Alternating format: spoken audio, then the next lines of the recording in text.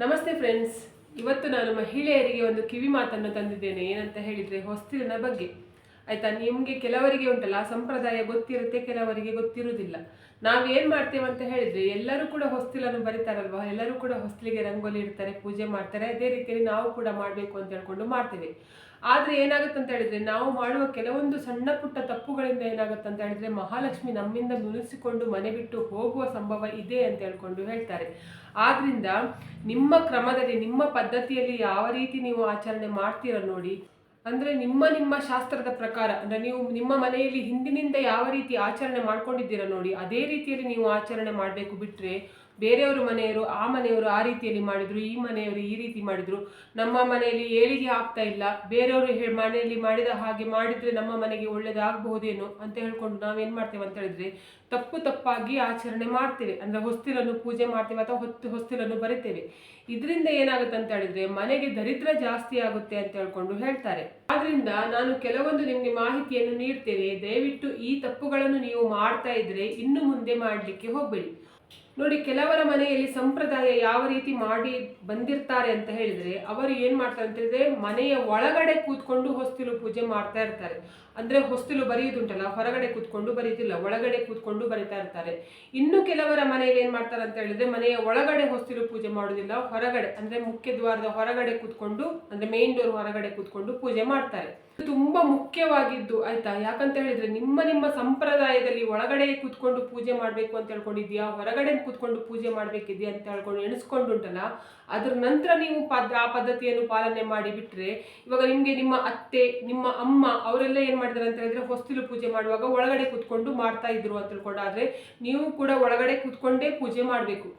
ಆಯ್ತಾ. ಹೊರಗಡೆ ಕೂತ್ಕೊಂಡು ಹೊಸ್ತಿಲು ಬರೆಯೋದು, ಹೊಸ್ತಿಲು ರಂಗೋಲಿ ಹಾಕೋದು ಇದನ್ನೆಲ್ಲ ಮಾಡ್ತಿದ್ದಾರೆ ಅಂತ ಹೇಳ್ಕೊಂಡು ಆಗಿದ್ರೆ ನಿಮ್ಮ ಮನೆಯಲ್ಲೇ, ಆಯ್ತಾ, ಅದನ್ನೇ ಪದ್ಧತಿಯನ್ನು ಆಚರಣೆ ಮಾಡ್ಕೊಂಡು ಬನ್ನಿ. ಯಾಕೆ ಹೇಳ್ತಿದ್ದೀನಿ ಅಂತ ಹೇಳಿದ್ರೆ ನಿಮ್ಮ ಹಿರಿಯರಿಗೆ ಗೊತ್ತಿರ್ತದೆ ನೀವು ಯಾಕೆ ನಿಮ್ಮ ಕ್ರಮದಲ್ಲಿ ಹೊರಗಡೆ ಕೂತ್ಕೊಂಡು ಪೂಜೆ ಮಾಡ್ತಿರ್ತೀರಾ ಅಥವಾ ಒಳಗಡೆ ಕೂತ್ಕೊಂಡು ಹೊಸ್ತಿಲು ಪೂಜೆ ಮಾಡ್ತಿರ್ತೀರಾ.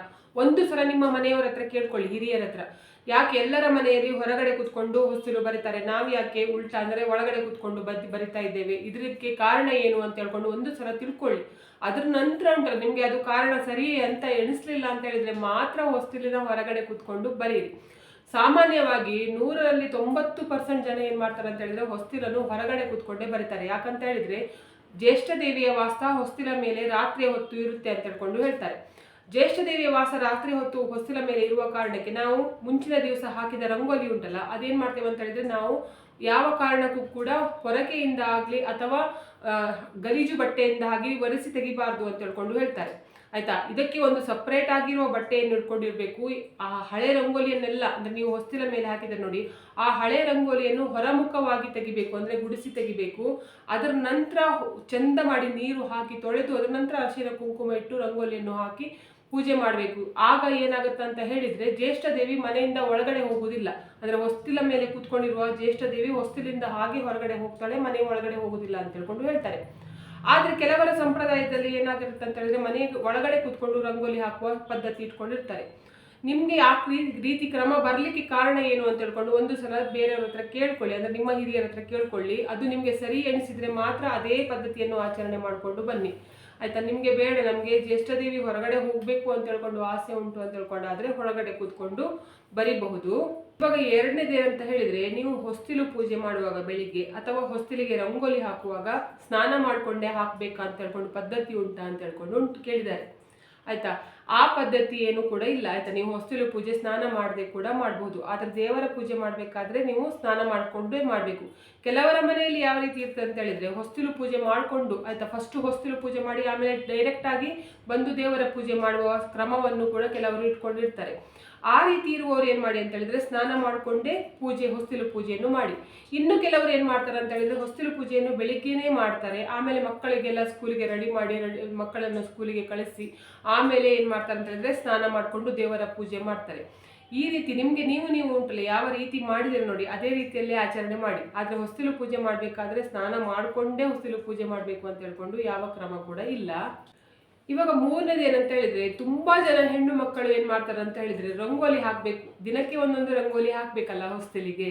ಅವಾಗ ಏನಾಗತ್ತೆ ಅಂತ ಹೇಳಿದ್ರೆ ಅವರು ತುಂಬಾ ಜನ ತಪ್ಪು ಮಾಡ್ತಾರೆ ಏನಂತ ಹೇಳಿದ್ರೆ ಹೊಸ್ತಿಲ ಮೇಲೆ ಇಂಟು ಮಾರ್ಕ್ ಬರುವ ಹಾಗೆ, ಅಂದರೆ ಈ ರೀತಿ ತಪ್ಪು ಮಾರ್ಕ್ ಬರುವ ಹಾಗೆ ಉಂಟಲ್ಲ, ಈ ರೀತಿ ಬರುವ ಹಾಗೆ ರಂಗೋಲಿಯನ್ನು ಹಾಕ್ತಾರೆ. ಇಷ್ಟು ದಿವಸ ನೀವು ಹಾಕ್ತಾ ಇದ್ರೆ ಉಂಟಲ್ಲ, ದಯವಿಟ್ಟು ಆ ರಂಗೋಲಿಯನ್ನು ಹಾಕ್ಲಿಕ್ಕೆ ಹೋಗ್ಬೇಡಿ. ಯಾವ ಕಾರಣಕ್ಕೂ ನೀವು ಮಹಾಲಕ್ಷ್ಮಿಯನ್ನು ಹೊಸ್ತಿಲನ್ನು ಮಹಾಲಕ್ಷ್ಮಿ ಅಂತ ಹೇಳ್ತಾರಲ್ಲ, ಆವಾಗ ಹೊಸ್ತಿಲ ಮೇಲೆ ಈ ಮಾರ್ಕ್ ಬರುವ ಹಾಗೆ, ಅಂದರೆ ಇಂಟು ಮಾರ್ಕ್ ಬರುವ ಹಾಗೆ ಯಾವ ಕಾರಣಕ್ಕೂ ಕೂಡ ರಂಗೋಲಿ ಇಡ್ಲಿಕ್ಕೆ ಹೋಗ್ಬೇಡಿ. ನೀವು ಏನು ಮಾಡಬೇಕು ಅಂತ ಹೇಳಿದ್ರೆ, 4 ಎಳೆಯ ರಂಗೋಲಿ ಬರುತ್ತೆ ನೋಡಿ, ಎಳೆದು ಬರುತ್ತೆ, ಒಟ್ಟು 24 ಎಳೆ ಬರಬೇಕು. ಆ ರೀತಿಯ ರಂಗೋಲಿ ಇಟ್ಟರೆ ತುಂಬಾ ಶ್ರೇಷ್ಠ ಅಂತ ಹೇಳ್ತಾರೆ. ಅಂದ್ರೆ ನಿಮ್ಗೆ ಒಂದು ಫಾರ್ ಎಕ್ಸಾಂಪಲ್ ಹೇಳ್ಬೇಕಂತ ಹೇಳಿದ್ರೆ, ನೀವು ಹೊಸ್ತಿಲ ಈ ಕಡೆ ತುದಿಯಲ್ಲಿ ಏನ್ ಮಾಡಿ ಅಂತ ಹೇಳಿದ್ರೆ 4 ಎಳೆಯನ್ನು ಹಾಕಿ, ಅದರ ಮಧ್ಯದಲ್ಲಿ ಏನ್ ಮಾಡಿ ಅಂತ ಹೇಳಿದ್ರೆ ಸ್ವಸ್ತಿಕ್ ಅನ್ನು ಬರೆಯಿರಿ. ನಾನು ಹೇಳುದು ನೀವು ಅದೇ ತರ ಮಾಡ್ಬೇಕು ಅಂತ ಹೇಳ್ಕೊಂಡಿಲ್ಲ, ಸ್ವಸ್ತಿಕ್ ಬರೆಯಿರಿ. ಅದರ ನಂತರ ಏನ್ ಮಾಡಿ ಅಂತ ಹೇಳಿದ್ರೆ ಪುನಃ ಉಂಟಲ್ಲ 4 ಎಳೆದು ಹಾಕಿ, ಅದ್ರ ನಂತರ ಉಂಟಲ್ಲ ಅದರ ಸ್ವಲ್ಪ ಜಾಗ ಬಿಟ್ಟು ಅದ್ರ ನಂತರ ಪುನಃ 4 ಎಳೆ, ಹೀಗೆ ಒಟ್ಟು 24 ಎಳೆ ಬರುವ ಹಾಗೆ ರಂಗೋಲಿ ಇಟ್ಟರೆ ಉಂಟಲ್ಲ ಮಹಾಲಕ್ಷ್ಮಿಗೆ ತುಂಬಾ ಇಷ್ಟ. ಆ ಸಂಖ್ಯೆ ಉಂಟಲ್ಲ ಮಹಾಲಕ್ಷ್ಮಿಗೆ ಪ್ರಿಯವಾದ ಸಂಖ್ಯೆ ಅಂತ ಹೇಳ್ತಾರೆ. ಆದ್ರಿಂದ ಯಾವ ಕಾರಣಕ್ಕೂ ಕೂಡ ಉಂಟಲ್ಲ ಇಂಟು ಮಾರ್ಕ್ ಬರುವ ಹಾಗೆ ರಂಗೋಲಿಯನ್ನು ಹೊಸ್ತಿಲ ಮೇಲೆ ಬರೀಲಿಕ್ಕೆ ಹೋಗ್ಬೇಡಿ. ಇವಾಗ ನೆಕ್ಸ್ಟ್ ಏನಂತ ಹೇಳಿದ್ರೆ, ನೀವು ಮಾಮೂಲಿ ರಂಗೋಲಿ ಹಾಕ್ತಿರಲ್ಲ, ಅದಕ್ಕಿಂತ ಉಂಟಲ್ಲ ಸ್ವಲ್ಪ ವಿಭಿನ್ನವಾಗಿ ಶುಕ್ರವಾರ ದಿವಸ ರಂಗೋಲಿಯನ್ನು ಹಾಕಿ. ರಂಗೋಲಿಯನ್ನು ಹಾಕಿದ ನಂತರ ಏನ್ ಮಾಡ್ಬೇಕು ಅಂತ ಹೇಳಿದ್ರೆ, ಒಂದು ಕಲಶದಲ್ಲಿ ಉಂಟಲ್ಲ ನೀರನ್ನು ತುಂಬಿ ಆಯ್ತಾ, ಕಲಶದಲ್ಲಿ ಏನ್ ಮಾಡ್ಬೇಕು ಅಂತ ಹೇಳಿದ್ರೆ ತಾಮ್ರದ ಕಲಶ ಇಟ್ಟರೆ ತುಂಬಾ ಉತ್ತಮ ಅಂತ ಹೇಳ್ತಾರೆ. ಹೊಸ್ತಿಲೆಲ್ಲ ಬರೆದು ಆದ ನಂತರ ಒಂದು ದಿಕ್ಕು ಕೂಡ ಹೇಳ್ತೇನೆ, ಏನಂತ ಹೇಳಿದ್ರೆ ನೀವು ಮನೆಯಿಂದ ಹೊರಗಡೆ ಹೋಗ್ಬೇಕಾದ್ರೆ ನಿಮ್ಮ ಎಡ ಕಡೆ ಬರಬೇಕು, ನೀವು ಮನೆ ಒಳಗಡೆ ಬರ್ಬೇಕಾದ್ರೆ ಆ ಜಾಗ ನಿಮ್ಮ ಬಲಗಡೆಗೆ ಬರಬೇಕು ಆಯ್ತಾ, ನೆನ್ಪಿಟ್ಕೊಳ್ಳಿ. ನೀವು ಹೀಗೆ ಹೊರಗಡೆ ಹೋಗುವಾಗ ನಿಮ್ಮ ಎಡ ಭಾಗಕ್ಕೆ ಬರಬೇಕು, ನಿಮ್ಮ ಮನೆ ಒಳಗಡೆ ನೀವು ಪ್ರವೇಶ ಮಾಡ್ತಿದ್ದೀರ ಅನ್ನುವಾಗ ನಿಮ್ಮ ಬಲ ಭಾಗದಲ್ಲಿ ಇರಬೇಕು. ಆ ಜಾಗದಲ್ಲಿ ಹೊಸ್ತಿಲ ಕೆಳಗಡೆ ಏನ್ ಮಾಡ್ಬೇಕು ಅಂತ ಹೇಳಿದ್ರೆ, ಹೊಸ್ತಿಲ ಕೆಳಗೆ ಅಕ್ಕಿ ಹಿಟ್ಟಿನಿಂದ ಉಂಟಲ್ಲ ಏನ್ ಮಾಡಿ ಅಂತ ಹೇಳಿದ್ರೆ ಅಷ್ಟದಳ ಪದ್ಮದ ರಂಗೋಲಿ ಹಾಕಿ. ಅದರ ನಂತರ ಏನ್ ಮಾಡ್ಬೇಕು ಅಂತ ಹೇಳಿದ್ರೆ ಅದರ ಮೇಲೆ ಒಂದು ತಾಮ್ರದ ಕಲಶ ತುಂಬಾ ಒಳ್ಳೇದು ಅಂತ ಹೇಳ್ತಾರೆ. ತಾಮ್ರದ ಕಲಶವನ್ನು ಇಟ್ಟುಂಟಲ್ಲ ಅದರಲ್ಲಿ ನೀರನ್ನು ಹಾಕಿ. ನಂತರ ಏನ್ ಮಾಡ್ಬೇಕು ಅಂತ ಹೇಳಿದ್ರೆ 1 ರೂಪಾಯಿ ಕಾಯಿನ್ ಅನ್ನು ಹಾಕಿ, ಸ್ವಲ್ಪ ಅಕ್ಷತೆಯನ್ನು ಹಾಕಿ, ಅರಶಿನ ಕುಂಕುಮವನ್ನು ಹಾಕಿ, ಅದೇ ರೀತಿಯಲ್ಲಿ ನೀವೇನ್ ಮಾಡ್ಬೇಕು ಅಂತ ಹೇಳಿದ್ರೆ ಕಲಶದ ಮೇಲೆ ಕೂಡ ಸ್ವಸ್ತಿಕ್ ಚಿಹ್ನೆ ಆಯ್ತಾ. ಇದನ್ನು ಮಾರ್ವಾಡಿಯವರು ಎಲ್ಲರೂ ಕೂಡ ಮಾಡ್ತಾರೆ, ತುಂಬಾ ಜನರು ಮಾಡ್ತಾರೆ. ಇವಾಗ ನೀವು ಬಿಸ್ನೆಸ್ ಎಲ್ಲ ಮಾಡ್ತಾ ಇರ್ತಾರೆ ನೋಡಿ ಮಾರ್ವಾಡಿಗಳು, ಅಂತವರ ಮನೆಗೆ ಒಂದು ಸಲ ಶುಕ್ರವಾರ ದಿವಸ ಹೋಗಿ ನೋಡಿ ಬನ್ನಿ, ಆವಾಗ ನಿಮ್ಗೆ ಕಾಣಿಸ್ತದೆ. ಅವರು ಅಪಾರ್ಟ್ಮೆಂಟ್ ಅಲ್ಲಿ ಇದ್ರೂ ಕೂಡ ಅವರು ಈ ಕೆಲಸ ಮಾಡಿಯೇ ಮಾಡ್ತಾರೆ. ಆದ್ರಿಂದ ನಾನು ಹೇಳ್ತಾ ಇರೋದು ಇದು ತುಂಬಾ ಶ್ರೇಷ್ಠ ಅಂತ ಹೇಳ್ತಾರೆ ಅವರು ಹೀಗೆ ಮಾಡಿದ್ರೆ. ಏನ್ ಮಾಡ್ಬೇಕು ಅಂತ ಹೇಳಿದ್ರೆ ಬರೀರಿ. ಅದರ ನಂತರ ಏನ್ ಮಾಡಿ ಅಂತ ಹೇಳಿದ್ರೆ ಆ ನೀರಿಗೆ ಉಂಟಲ್ಲ 1 ರೂಪಾಯಿ ನಾಣ್ಯವನ್ನು, ಆಮೇಲೆ ಅಕ್ಷತೆಯನ್ನು, ಅದರ ಜೊತೆಗೆ ಅರಶಿನ ಕುಂಕುಮವನ್ನು ಹಾಕಿ, ನೀವು ವೀಳ್ಯದೆಲೆ ಬೇಕಾದ್ರೆ ಇಡ್ಬೋದು, ಇಲ್ಲ ಮಾವಿನ ಎಲೆ ಬೇಕಾದ್ರೆ ಇಡ್ಬೋದು. 5 ಎಲೆಯನ್ನು ಇಟ್ಟು ಏನ್ ಮಾಡಿ ಅಂತ ಹೇಳಿದ್ರೆ ಅದರ ಮೇಲೆ ಒಂದು ಹೂವನ್ನು ಹಾಕಿ, ತೆಂಗಿನಕಾಯಿ ಎಲ್ಲ ಇಡುವ ಅಗತ್ಯ ಇಲ್ಲ, ಹೂವನ್ನು ಹಾಕಿ. ಹೀಗೆ ಮಾಡಿ ಉಂಟಲ್ಲ ನೀವು ಮನೆ ಒಳಗಡೆ ಬಂದು ಲಕ್ಷ್ಮೀ ಪೂಜೆ ಮಾಡಿ. ನಿಮ್ಮ ಮನೆಯಲ್ಲಿ ಉಂಟಲ್ಲ ಗಂಡಸರು ಉಂಟಲ್ಲ ಮನೆಯಿಂದ ಹೊರಗಡೆ ಹೋಗುವಾಗ, ಮಕ್ಕಳು ಮನೆಯಿಂದ ಹೊರಗಡೆ ಹೋಗುವಾಗ, ನೀವು ಮನೆಯಿಂದ ಹೊರಗಡೆ ಹೋಗುವಾಗ ಏನ್ ಮಾಡ್ಬೇಕು ಅಂತ ಹೇಳಿದ್ರೆ ಆ ಕಲಶಕ್ಕೆ ನಮಸ್ಕಾರ ಮಾಡಿ, ಅಂದ್ರೆ ನಮಸ್ಕಾರ ಮಾಡಿ ಉಂಟಲ್ಲ ಹೊರಗಡೆ ಹೋದ್ರೆ ನಿಮ್ಮ ಕೆಲಸಕ್ಕೆ ಜಯ ಸಿಗುತ್ತೆ ಅಂತ ಹೇಳ್ತಾರೆ. ಅದೇ ರೀತಿಯಲ್ಲಿ ಶುಕ್ರವಾರ ದಿವಸ ಸಾಯಂಕಾಲ ನೀವು ಪುನಃ ಮನೆ ಒಳಗಡೆ ಬರ್ಬೇಕಾದ್ರೆ ಆ ಕಲಶಕ್ಕೆ ನಮಸ್ಕಾರ ಮಾಡಿ ಮನೆ ಒಳಗಡೆ ಬಂದ್ರೂ ಕೂಡ ಒಳ್ಳೇದಾಗುತ್ತೆ ಅಂತ ಹೇಳ್ತಾರೆ. ಈ ಪದ್ಧತಿಯನ್ನು ಉಂಟಲ್ಲ ಪ್ರತಿ ಶುಕ್ರವಾರ ಮಾಡ್ಕೊಂಡು ಬಂದ್ರೆ ತುಂಬಾ ಒಳ್ಳೇದು. ಅದರ ನಂತರ ಏನ್ ಮಾಡಿ ಅಂತ ಹೇಳಿದ್ರೆ ಆ ಕಲಶದ ನೀರನ್ನು ಉಂಟಲ್ಲ ಶನಿವಾರ ದಿನ ಉಂಟಲ್ಲ ನೀವು ತುಳಸಿಗೆ ಹಾಕ್ಬೋದು, ಇಲ್ಲ ಅಂತ ಹೇಳಿದ್ರೆ ಯಾವ್ದಾದ್ರು ಗಿಡದ ಕೆಳಗಡೆ ಹಾಕ್ಬೋದು ಅಂತ ಅವರೇ ಹೇಳಿದ್ರು. ಹೀಗೆ ಮಾಡಿದ್ರೆ ಉಂಟಲ್ಲ ಮಹಾಲಕ್ಷ್ಮಿಗೆ ಇಷ್ಟಪಡ್ತಾಳೆ, ಮಹಾಲಕ್ಷ್ಮಿ ನಿಮ್ಮ ಮನೆಯಲ್ಲಿ ನೆಲೆಸ್ತಾಳೆ, ಮಹಾಲಕ್ಷ್ಮಿಗೆ ಮನೆ ಬಿಟ್ಟು ಹೊರಗಡೆ ಹೋಗ್ಲಿಕ್ಕೆ ಆಗುದಿಲ್ಲ. ಯಾಕಂತ ಹೇಳಿದ್ರೆ ನೀವು ಅಲ್ಲಿ ಬಂಧನ ಮಾಡಿದ್ದೀರಾ ಮಹಾಲಕ್ಷ್ಮಿಯನ್ನು ಆಯ್ತಾ, ಮನೆಗೆ ಹೊರಗಡೆ ಹೋಗದೇ ಇರುವ ಹಾಗೆ ಅಂತ ಅವರು ಹೇಳ್ತಾರೆ. ಆದ್ರಿಂದ ಇನ್ನು ಮುಂದೆ ಆದ್ರೂ ಉಂಟಲ್ಲ ಶುಕ್ರವಾರ ದಿವಸ ನಾವು ಹೊಸ್ತಿಲು ಪೂಜೆ ಮಾಡ್ತೇವಲ್ಲ ಆ ಸಮಯದಲ್ಲಿ ಏನು ದೊಡ್ಡ ಕೆಲಸ ಅಲ್ವಾ, ಒಂದು ತಾಮ್ರದ ತಂಬಿಗೆಯಲ್ಲಿ ನೀರು ಇಡ್ಲಿಕ್ಕೆ ಆಗುದಿಲ್ವಾ, ಅದನ್ನು ನಾವು ಕೂಡ ಮಾಡುವ ಅಂತ ಇವಾಗ ನಿಮ್ಗೆ ಯಾವ ಟೈಮಲ್ಲಿ ಉಂಟಲ್ಲ ಹೊಸ್ತಿಲು ಬರೆದ್ರೆ ತುಂಬಾ ಒಳ್ಳೇದು ಅಂತ ಹೇಳಿದ್ರೆ 6 ಗಂಟೆಯ ಸಮಯದಲ್ಲಿ ಆಯ್ತಾ, ಬೆಳಿಗ್ಗೆ 5:30 ಒಳಗಡೆ ಬರೆದ್ರೆ ತುಂಬಾ ಒಳ್ಳೇದು. ಆದ್ರೂ ಕೂಡ ಆಗುದಿಲ್ಲ ಅಂತ ಹೇಳಿದ್ರೆ 6 ಗಂಟೆ ಒಳಗಡೆ ಬರೆದ್ರು ಒಳ್ಳೇದು ಅಂತ ಹೇಳ್ತಾರೆ. ನೀವು ಹೊಸ್ತಿಲು ಎಲ್ಲದೂ ಕೂಡ ಸಿಂಗಾರ ಮಾಡ್ಬೇಕಂತ ಇಲ್ಲ, ಒಂದು ಸಲ ನೀರು ಹಾಕಿ ತೊಳೆದ್ರೆ ಕೂಡ ಸಾಕಾಗ್ತದೆ. ಅಂದ್ರೆ ನೀವು ಮನೆಯಿಂದ ಶನಿ ಕಸವನ್ನು ಹೊರಗಡೆ ಹಾಕ್ತಿರಲ್ವಾ, ಗುಡಿಸ್ತಿರಲ್ವಾ, ಆ ಗುಡಿಸಿದ ನಂತರ ಉಂಟಲ್ಲ ಒಂದು ಸಲ ಹೊಸ್ತಿಲಿಗೆ ನೀರು ಹಾಕಿ ತೊಳೆದ್ರು ಕೂಡ ಸಾಕಾಗ್ತದೆ. ಆಮೇಲೆ ನೀವು ಬೇಕಾದ್ರೆ ಚಂದ ಮಾಡಿ ಪುರ್ಸೊತ್ತು ಮಾಡ್ಕೊಂಡು ಸ್ನಾನ ಎಲ್ಲ ಮಾಡ್ಕೊಂಡು ಬೇಕಾದ್ರೆ ಹೊಸ್ತಿಲು ಪೂಜೆ ಮಾಡ್ಬೋದು. ಆದ್ರೆ ಫಸ್ಟ್ ನೀರು ಹಾಕಿ ಉಂಟಲ್ಲ ತೊಳೆಯುದು ಉಂಟಲ್ಲ ಒಂದು ಫಸ್ಟ್ ಬೆಳಿಗ್ಗೆ ಮಾಡಿಬಿಡಿ. ಇನ್ನು ಕೆಲವರು ಏನ್ ಮಾಡ್ತಾರೆ ಅಂತ ಹೇಳಿದ್ರೆ ತಪ್ಪುಗಳನ್ನು ನಾನು ಹೇಳ್ತಾ ಇರೋದು ಆಯ್ತಾ. ಏನಂತ ಹೇಳಿದ್ರೆ ರಂಗೋಲಿಯನ್ನು ಬರೀತಾರೆ, ಹೊಸ್ತಿಲ ಮೇಲೆ ಬರೆದು ಸುಮ್ಮನೆ ಬಿಟ್ಟು ಬಿಡ್ತಾರೆ. ಹಾಗೆ ಕೂಡ ಮಾಡ್ಲಿಕ್ಕೆ ಇಲ್ಲ. ನೀವ್ ಏನ್ ಮಾಡ್ಬೇಕು ಅಂತ ಹೇಳಿದ್ರೆ ಹೊಸ್ತಿಲಿನ 3 ಭಾಗದಲ್ಲೂ ಕೂಡ ಅರಶಿನ ಕುಂಕುಮವನ್ನು ಇಡಬೇಕು ಅಂತ ಹೇಳ್ಕೊಂಡು ಹೇಳ್ತಾರೆ ಆಯ್ತಾ. ಸೈಡಲ್ಲಿ ಕೂಡ ಇಡಬೇಕು, ಮಧ್ಯದಲ್ಲಿ ಕೂಡ ಇಡಬೇಕು, ಆ ಕಡೆ ಈ ಕಡೆ ಸೈಡಲ್ಲಿ ಕೂಡ, ಅಂದರೆ ಬಲ ಮತ್ತು ಎಡಭಾಗದಲ್ಲಿ ಕೂಡ ಅರಶಿನ ಕುಂಕುಮ ಇಡಬೇಕು, ಮಧ್ಯದಲ್ಲಿ ಕೂಡ ಅರಶಿನ ಕುಂಕುಮ ಇಡಬೇಕು.